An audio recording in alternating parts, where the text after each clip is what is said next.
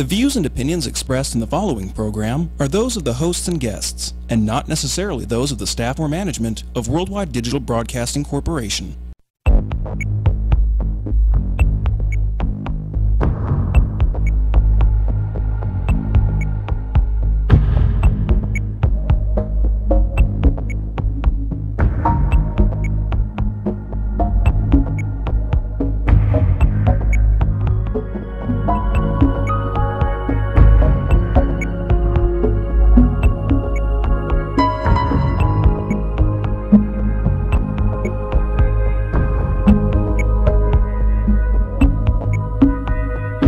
Hello, and welcome to Consciously Rising on Worldwide Digital Broadcast TV. I'm your host, Jeff Renel, and today we have Josh Carpenter, Mr. Blue, with us. Hello, hello. How you doing, my friend? Good.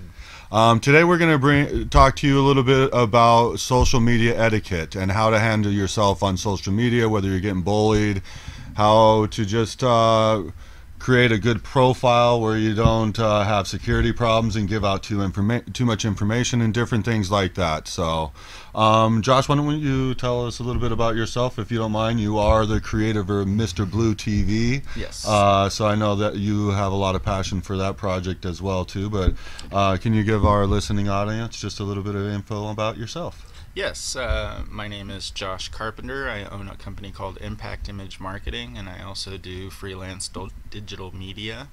One of the things that one of the projects I started working on that I got real passionate about was something called Mr. Blue TV.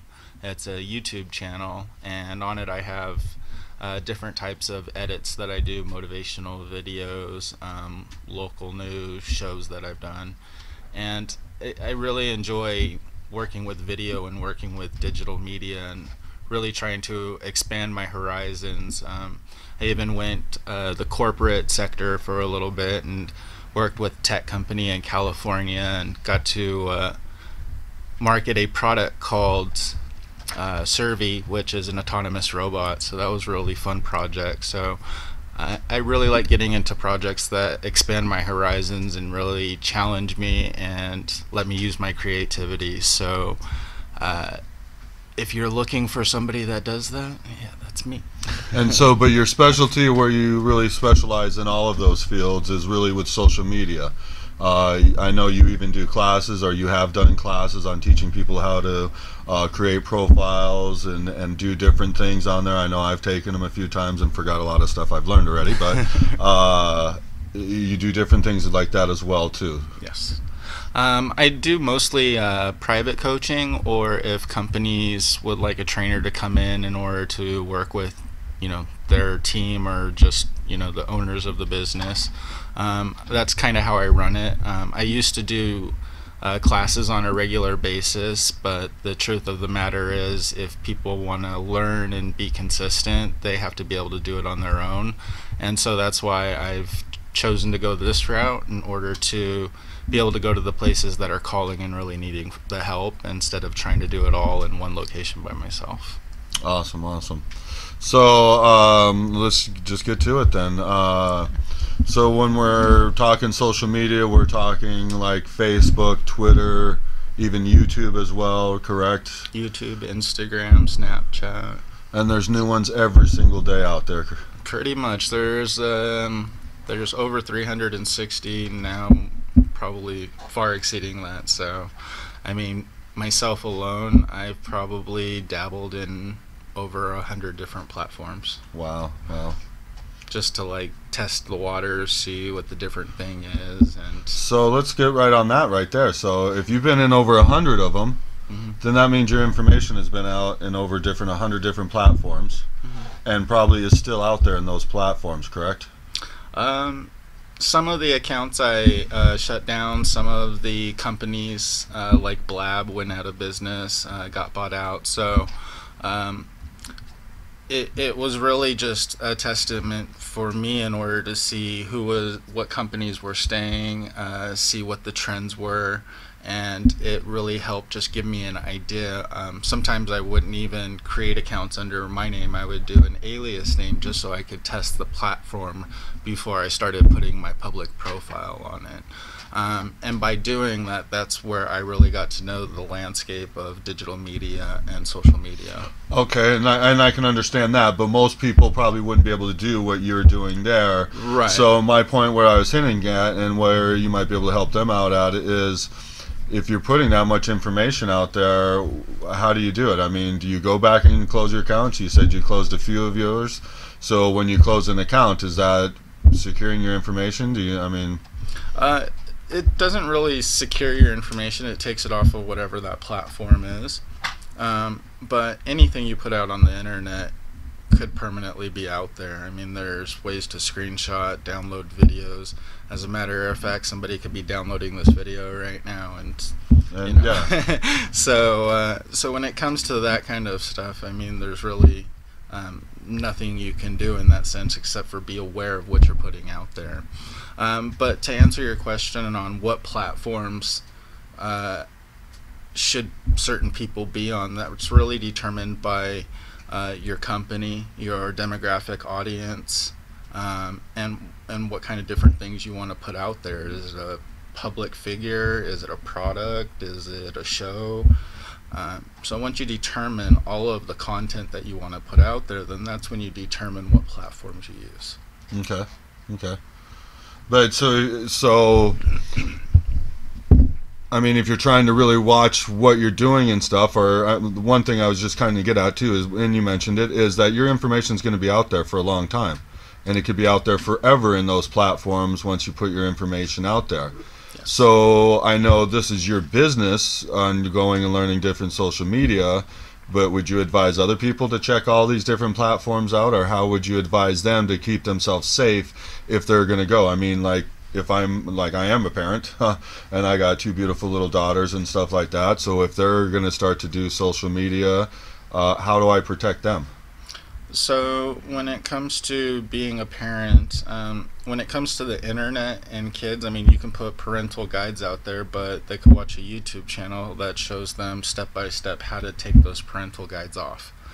So you really have to instill the morals in them as they're growing up and teach them as you want them to be, and as you entrust them with responsibility as a car or anything else, the internet is no different. And when you feel that you've guided them properly, then you can trust that they're doing the right thing on the internet. I mean, there is ways in order to track computers and well, their data okay, so and all let's that even stuff go and here keep an though. eye I mean, on them. because yeah, I understand that, and that's a subject to cover too. But no, I mean, I trust my kids and stuff like that, and I know a lot of parents do trust their kids, but it's the people on the other side. How do we protect them from them? How do they watch out for who they're looking for then? I mean, because yeah, I mean, you got to trust when they're by themselves. You never know what they're doing, so you always have to have that trust. But do I allow them on certain social medias, or do I not? You know, what do I do? How, as a parent, would I just kind of govern what they're doing a little bit? Or is there a way? I mean, Facebook, Twitter, they do have parental guidance and certain things where, you know, they can protect against certain things. There's even parental guidance on their computers and their phones and stuff like that. But there's a certain point where the parental guidance, you know, they're just an aid. They're not really a guarantee that they're not going to stumble upon something. So it's really what's in the mind of the person. So, I mean, go into your kids' phones, get into their life if you really want to know what it is that they're doing, or you talk to them and you have a conversation. But, I mean, that's really the only way that you're really going to be able to control it, is by being in their life and really knowing what they're doing. I mean, if a kid is suicidal, he's going to be, you know, probably going on, you know, a group of peers who are the same way and repelling that. So get into their life. It really starts with the person. I mean, the internet is just the tool, and people have to realize that. And it's the same with social media. So how are you using it, and how are your children using it, is the question that needs to be asked. Okay. So put it back on the parent. I'm not a parent, but as a parent, can you relate to that? Well, no, I mean, everything you're saying is 100% true, but as a parent, and that's why I'm asking, as a concerned parent, how do I protect my kid when my kid's out there? I mean, what kind of conversation should I have with my kid about social media on how to run their profile and how to protect themselves from predators? Or if there's young kids watching right now, how can they identify predators? Because I know there's, not that they're predators, but they could be associated with a predator system, but aren't there like clone machines that can be trying to connect with you and act like another person and have a profile, and it's actually just a computer program? I mean, what are those, and how I mean, just as a concerned parent, how do I watch or even inform my kid on how to protect themselves over something like that? How do I know, and how do I watch out? And so if I do get in there and look, I mean, I'm not a parent that, I mean, yes, you need to have surveillance over your kid in a certain way, but I'm not one to just peep and tom over my kid. But why? But the if government is. Yeah, I mean, that's them. But anyhow, I'm just saying. But I mean, how do I identify with something like that if I'm seeing the post coming in? How do I identify that it's a real person, not a an insane person? You're going to see insane stuff on there, of course. But how do they protect themselves on something like that if they're getting harassed or something like that? So let's start with you were talking about bots. So bots are pre-programmed accounts, fake accounts, if you will, that are done through an algorithm by computer programmers who are creating scripts in order to be able to test the network of these different social media platforms, whether it be Twitter, whatever the case is. So in order to really know if it's a real person or not, you can really tell by the amount of content that's put into it. If all you see is one post, a main picture, and a cover picture, and then only 3-4 friends, that is most likely a fake account. And the other one too, especially like with the male accounts, you get the female ones coming in all the time, and you go look at the friend list, and it's just all males. Right. And then you also have the situation of trolls. Since Facebook is international, you're dealing with people from other countries. So there's some people who try to use social media in order to lure people to gain citizenship to come into the U.S. So, I mean, there's a lot of different things. I mean, and then you can get into the dark web and all of that. Well, I don't want to really cover the dark web right now, but definitely, something that's going to help the viewers out on understanding this, It would be police, DEA, FBI, all of those different organizations. One of the things that they really put precautions out is, don't let people know where you are every second. Don't always be checking in. Be cognizant of your world and what you're doing and what you're putting out there. And I think if you're using technology from that mindset, then you'll be fine. And that's really how you have to see it. I mean, I could tell you all the dark, deep stuff that's out there and that you're being watched 24/7, but all it's going to do is just panic you and panic the viewers.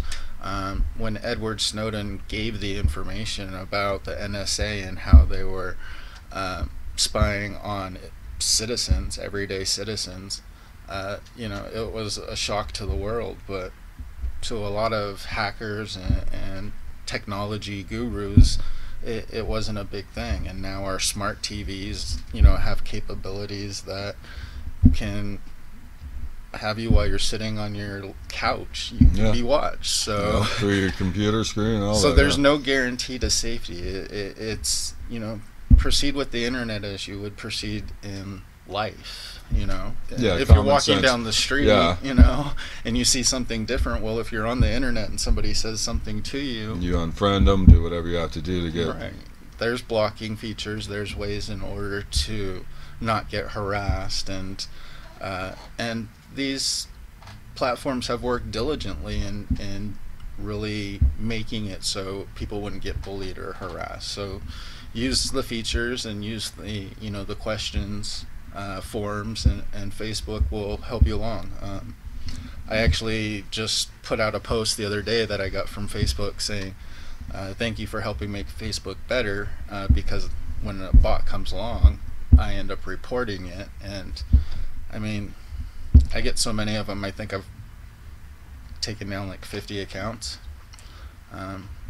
So I mean, report it if you see it too, because it's the only way to do something against it. Exactly. Yes, exactly. Be an impact.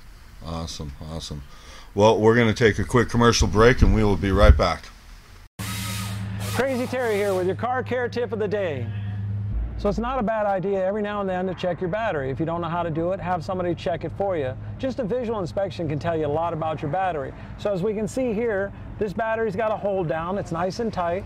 The cables are on. They don't look bad. We've got a cover. We don't see any corrosion. Everything's kind of tight, looking good. A little bit of dirt, that's normal, but nothing's leaking. No real cause for alarm here. So that's a good sign. Doesn't mean it's good, but at least visually we know that it's intact. Okay, so we're looking at a battery here that shows signs of corrosion. We want to test that battery to make sure it's good. Usually when they're getting like this, there's going to be a problem, leaking some acid at the top. We ran the test and we find out it has 396 cold cranking amps, but the battery requires 650. So it's just not enough. The battery is going to go soon. Better to know now than later. Okay, so the benefits of checking the cable is because this cable's rotted out. What we'll find is this is the problem, not the battery. So it'll save you from buying a battery, still having the no start, only to find out that it's a cable. This type of corrosion is common in diesels. Okay, so we're getting ready to jump the car, but we have to have some battery cables. And we have to check those too before we hook them up to the battery. So here we have our standard set of battery cables. We just look them over, see if the ends are frayed, if everything's connected all right. Everything looks good here. Wouldn't hurt to check the rest of the cable just to make sure the dog didn't get it and chew it up.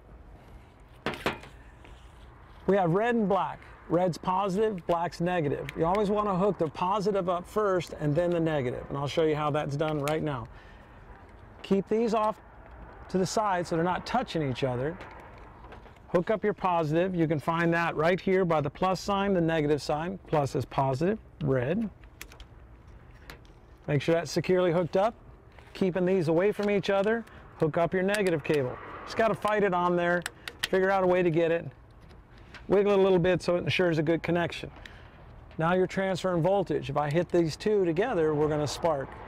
Kind of want to avoid that. Won't kill you. Kind of fun. A lot of people think if they can turn the headlights on, the battery's fine. That's not always the case. It takes very little amperage to turn a light on, but it takes a lot of amperage to start the starter.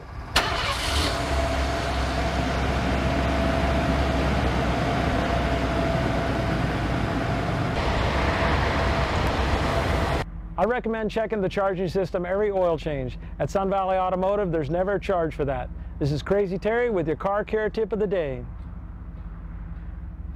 Welcome back to Consciously Rising. I'm here with Josh Carpenter, and we're talking a little bit about social media and just etiquette on social media. Basically, what you're telling me is, truly, and it's the same thing in everything in life, have common sense. Have common sense what you do there, have common sense in how you approach people on there as well too.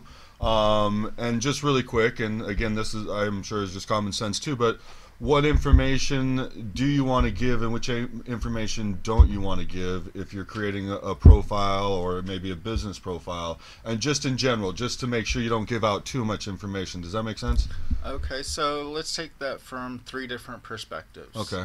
You have your dating life, your personal life, and your business life. With your business life, all of the information that has to do vitally to your business and people contacting you, of course that information is obvious to most business people. Personal, don't say where you are all the time. If you're going to put stuff that you don't want, that may be offensive to, let's say, people in your business or something like that, then use a different account or don't put it out there. Create an alias account and post whatever you want on there. But if you're going to do something that your business doesn't agree with, or, right, exactly, or associates and stuff. Exactly. So, and same with groups and stuff like that. I mean, you wouldn't want to use your personal profile if you're, interested in different groups that would lead you back to that. It's called the digital footprint. Don't leave a digital footprint that's going to show. That's why I love these business owners that try to do, say they're a marketing company, and then you go to check their digital footprint and they don't even have a website. It was a cut and paste kind of thing, or you can see that they have 3 different company names all going to the same address. You can really see a lot. When I started freelancing and I was looking for other companies, it's amazing to see how they disguise themselves to be one thing on the internet, and then when you meet them in person, whether it's dating or business or whatever, it's something totally different. So do your research. Yeah, and then on that note too, I mean, just in social media, and that's a big topic, is what do we do, or how do we act in social media? Because there's that shield in front of us when I'm behind that computer, or the screen, I should say, and nobody can really see me. And so I can almost write what I want, do what I want on there and stuff. I mean, it's almost like we wear 2 different hats. That is true, and you see it a lot, especially with dating apps. You go to try to meet someone, and you're putting all this, vulnerable personal information out there. And a lot of women now use, different screen names. They don't use their real name, and they don't put their address. And in order to get a phone number, you have to text or join something. So it's becoming a little bit more secure, but still there's a lot of crime that happens on the internet from that stuff too. So you just have to be cognizant, really, and watch what you're actually getting yourself into as well too. Because if you look into something dark and disturbing, then you could get attached by cookies or whatever. I'm sure too, or if that's what they're called, I don't know. Yeah, I mean, there's different malware that you can get, and different spyware and viruses and all that. But that's different subject altogether. Well, I'm just saying, if that's the kind of stuff you're looking at in the internet, then you can be around those type of people as well too, and that shady stuff. But if you keep, I don't ever have issues on anything on the internet except for the bots and stuff on my social media accounts. Other than that, I don't ever have issues, but I don't use it for anything else but business, really. You have 2 different types of people. The people that realize what's going on and accept it, and the people that try to fight it. And what I mean by that is, if you know that you're constantly being watched and surveilled everywhere you go, no matter if you're walking on the street and CCTV, whether you're on a show and it's being broadcast out to the internet, whether it's a picture of yourself in high school that got circulated and put out onto the internet. I mean, a lot of things are put out there. I mean, ask Paris Hilton; she'll be able to tell you. Oh yeah. What you put out there is what's going to grab. So. The people that are worried about it the most are the people that actually have something to hide. Those are the people that are usually asking this question because they want to know, how do I protect myself? Well, you get a Tor browser, and you spoof your VPN,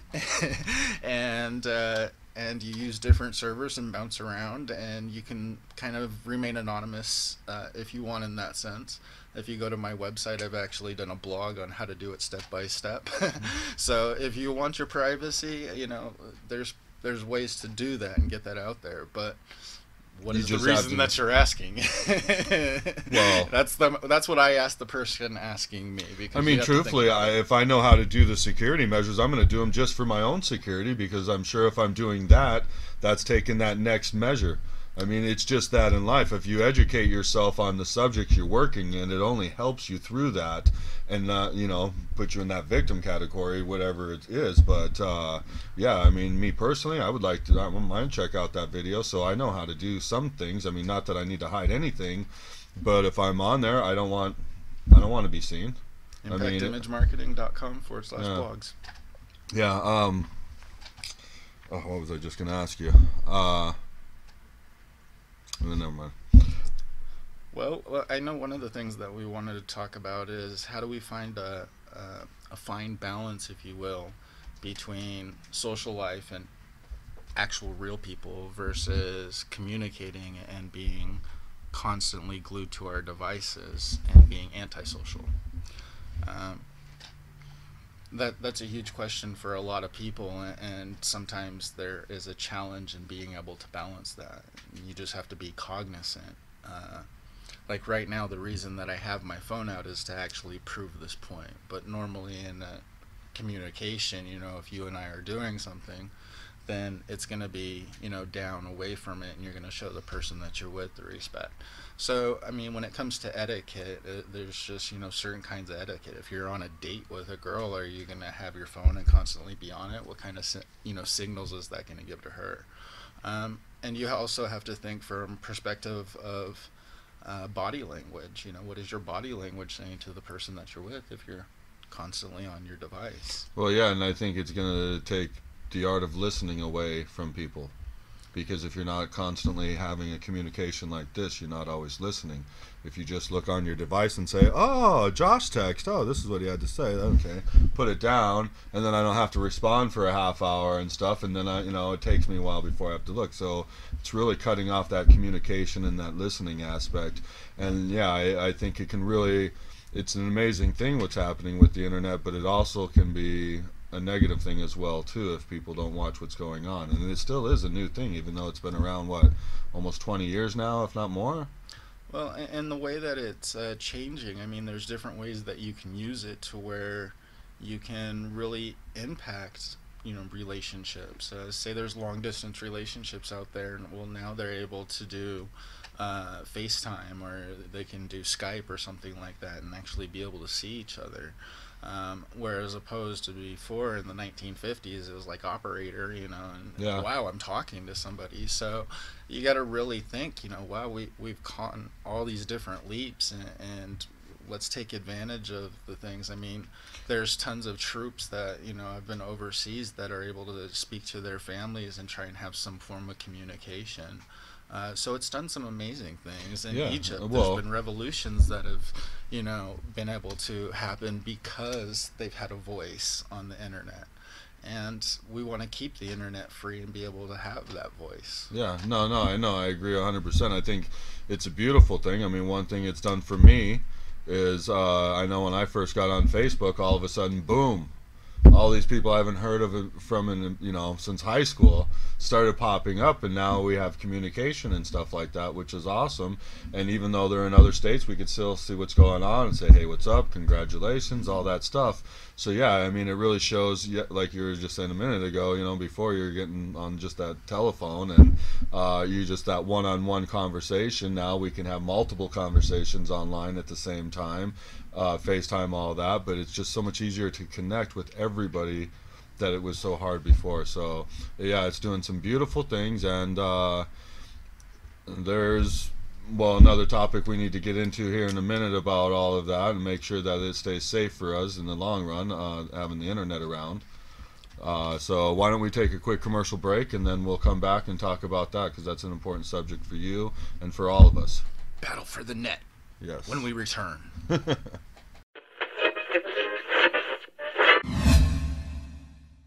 Do you use social media for your business? Do you feel social media is too time-consuming or difficult to navigate? Here at Impact Image Marketing, we simplify social media for you. We sit down with you and evaluate what you have and help you get started. We help you learn the basics. Remember, social media is a process that includes you, the business owner. Before you hand it over to someone, take control of your social presence today. For more information, go to www.impactimagemarketing.com or call to schedule an appointment today, 702-249-0484. Once again, that number is 702-249-0484. Remember, Impact Image Marketing is helping you simplify social media. Welcome back to Consciously Rising. I'm here with Josh Carpenter, and we're getting ready to talk about a very important subject, not only dear to your heart, but it should be dear to everybody's heart.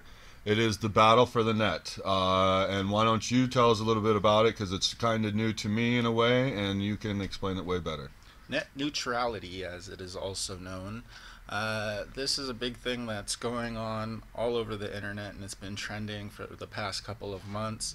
The FCC has had numerous thousands and millions of requests in order to keep the internet open and free. That is correct. We are in jeopardy of our internet being run by cable companies and major corporations. And if that happens, that means websites like The Sacred Art of Healing, Impact Image Marketing, this website that you're on right now, unless it's YouTube, will all have slower traffic. And the bigger companies like Google, Amazon, Walmart, these are all the big companies that will have the faster traffic. So innovators, people who have created, amazing tools on the internet for us to be able to utilize and help each other out, like GoFundMe and all these other ones that have helped amazing organizations, well, innovation like that will stop. And education in royal small towns that don't have teachers, they won't have access to all this free information. They'll have to watch whatever is programmed by the cable companies and the corporations, and that will be the majority, not only of what we're seeing in broadcasting, but also what we're seeing in the internet. So the way for us to combat that is to get a message to the FCC saying we the people want a free internet. We do not want the cable companies to hike up the rates. We don't want them to be able to slow the traffic of smaller websites, and we want to be able to continue to innovate and do what we want. And if that's the kind of internet that you do want, then go to battleforthenet.com, and all you got to do is just put in your information, and it sends off a message to the FCC. That's awesome. And it's not something that you want to wait around to do either. It's something that's happening right now, correct? Correct. And this isn't something we want to wait around and let them get their feet in the ground and get this passed before we have a call to action. So that's one reason why we're bringing it up right now, is to make sure this gets out there so everybody can go to, again, battleforthenet.com, or if you're on Facebook, just go to facebook.com/battleforthenet. And I created a page there that you can follow that gives you constant up-to-date news on things that are happening and keeping you informed as we continue to fight for the internet. Yeah, this could be a really scary thing here, because right now everybody's equal on the internet, and everybody has an equal voice. Everybody has the right to the equal information. You can be in Timbuktu and get all the information that you're getting in New York City. And so if something like this happens, that won't be anymore. And if you are able to get information like this from the way I understand it from you and watching that video, which we will have on at the end of this show, if you don't pay into it and stuff, they give you slower access, so it's harder to stream in a video. So you give up and go watch the other video of their choice, of the ones that they're trying to sell you on to give you their information, instead of allowing you to have free access to all information. I mean, look what's happened with the people since the internet has come around, and especially in the last 10 years, information has exploded. This is a very important subject, I think, and really we need to stand up and definitely get out there and battle for the net for sure. It's nothing to think lightly on, huh? No, it's not. And one of the things you really want to keep into consideration is that one, we really don't have much time, so get the word out there, talk about it, be more proactive. Follow the news and just do what you can in order to support it. And with that, small business and everything else will continue to thrive. And there's a lot of people in the Senate that are really against the corporations taking over. So we do have people in our corner that are really speaking up for us. Which is awesome. So we just got to keep supporting. Go to local meetings if you really want to support. There's We demand progress, and with that organization, they actually will tell you where different meetings are if you really want to support and stand in front of the White House, as some have, and protest. Yeah, and you should have all the links on the bottom of this video for what we're talking about now. Yes. So you can get in there and definitely sign the petition for that. That's scary stuff. It really is. To lose the type of information we have, I think that would cause a huge uprising if something like that was to happen. Well, for myself, I have learned a lot from the internet. The internet has been my second school. Sad to say, I've learned more from the internet than I did from college. It's just a wealth of information that's out there. Think and Grow Rich. Good, I got the audio book. I got this. Yeah. I can fuel my mind with whatever I want to fuel it with. And so the reason that I got into social media is because it wasn't something that was taught in college when I was going to school in business in 2005. This was something that was just new, and people were learning how to use it. And it's like Mark Zuckerberg said, we don't know what it is. It's just cool. And so I thought it was fun, and I wanted to learn it. And in order for me to be able to do that, the internet provided me the tools and resources to learn it. And as I practice my craft, that's how I'm able to speak today and give information, is because it was the internet that taught me. Yeah, the information, I use it all the time for information. I mean, I always tell people and laugh about it. It's like, man, you want a college education, just sit down on YouTube for a week. Yeah, look it all up. You could, anatomy, anything you can think of, quantum physics, it's all out there. You can go to Udemy, you can get courses on SEO, you can go to, code college and learn how to be a coder. There's anything endless. You want to learn, it's all there. You need to degrees. work on your car, you get in there and just find out how to do it. You can find the specific car and everything. How do I change my oil? Watching a YouTube video with the wrench. Yeah, it's amazing, the stuff. And we'll lose all of that if we don't stand up and sign into that petition that we'll have the link for there. Battleforthenet.com. Battleforthenet.com. Yeah, and then we won't have the freedom of speech that we have at this moment as well, too, because that's very important. Because there's a lot of people that, like us right now, and like you, bringing up this point. It's not being mentioned on the main media and stuff like that. I haven't seen it on anything like that. They do have it on C-SPAN when senators are speaking and stuff like that, but they also have YouTube channels like the John Oliver Show. That is a really great show. He's an amazing news teller. The way that he relates humor and ridiculousness of certain politics and things. Watch Net Neutrality with John Oliver, and what he talks about there is really hitting. And John Oliver is someone that would be at risk if this happened. That's why he's really big into it. He even created a subdomain in order to lead people directly to the petition so they can go. He's created a lot of stuff, and he's been a big impact, and so have a lot of other YouTube stars, out there, and educators and stuff. So we want to keep that. Yeah, for sure, definitely. Well, I would definitely want to thank you for coming on the show. My pleasure.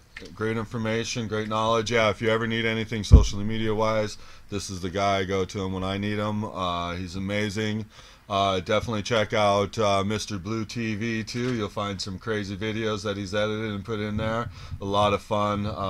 Thank you so much, Josh. My pleasure. Is there anything else plug yourself really quick before we go, so you can put out your links as well too? And yeah, you can find me on impactimagemarketing.com. You'll see all my services, my portfolio of what I've done.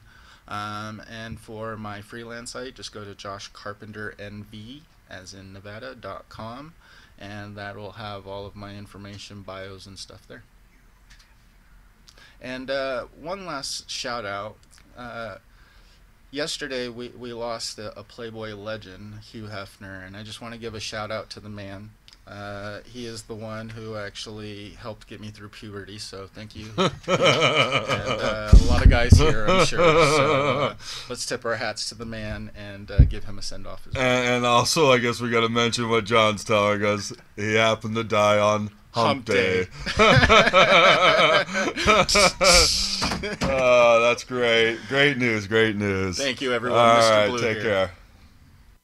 Corporations don't control the internet, yet.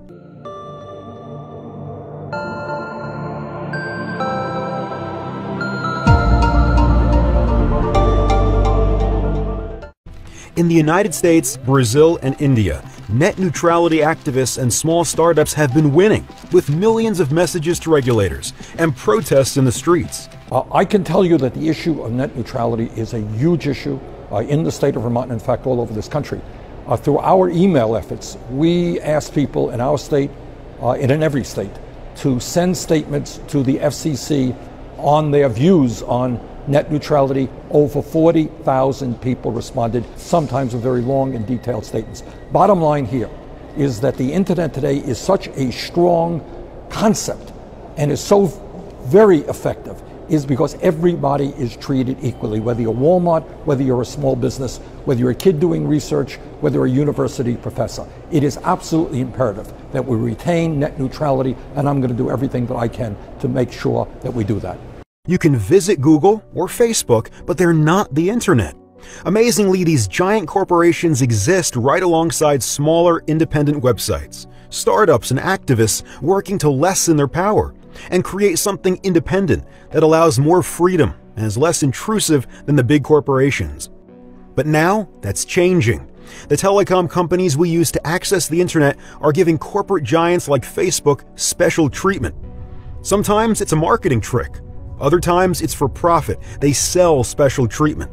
Either way, the result is the same. A terrible new future where old telecom giants and new internet giants conspire to remain in control forever. A future where videos on corporate sites work, but on smaller sites, they break. A future where expensive phone calls work, but free phone calls over the internet break. A future where giant corporate sites are subsidized to appear free, but independent sites are so expensive to access no one visits them. This future may be coming to Europe. By August, EU regulators will make their final decision: prohibit special treatment with strong net neutrality rules, or hand the internet's future to the corporate giants of telecom and tech.